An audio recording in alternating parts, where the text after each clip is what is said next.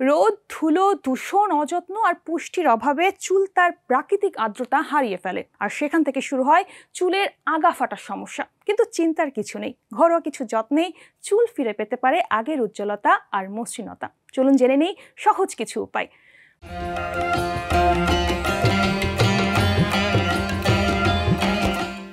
চুলে প্রোটিন ও ভিটামিন যোগাতে ডিম দারুণ কার্যকর। একটি ডিমের সঙ্গে 2 চামচ অলিভ অয়েল ও 2 চামচ অ্যালমন্ড অয়েল মিশিয়ে চুলে লাগান, 30-40 মিনিট রেখে শ্যাম্পু করে ফেলুন।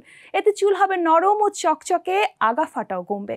নারিকেল তেল যুগ যুগ ধরে চুলের বন্ধু, এটি স্ক্যাল্পে পুষ্টি দেয়, চুল মজবুত রাখে ও আগা ফাটা রোধ করে। অ্যালোভেরা চুলে আর্দ্রতা ফিরিয়ে আনে, মৃত কোষ দূর করে ও চুলের বৃদ্ধি বাড়ায়। মধু চুলে প্রাকৃতিক ময়শ্চারাইজার হিসেবে কাজ করে, আগা ফাটা কমায় এবং স্ক্যাল্পে করে সুস্থ।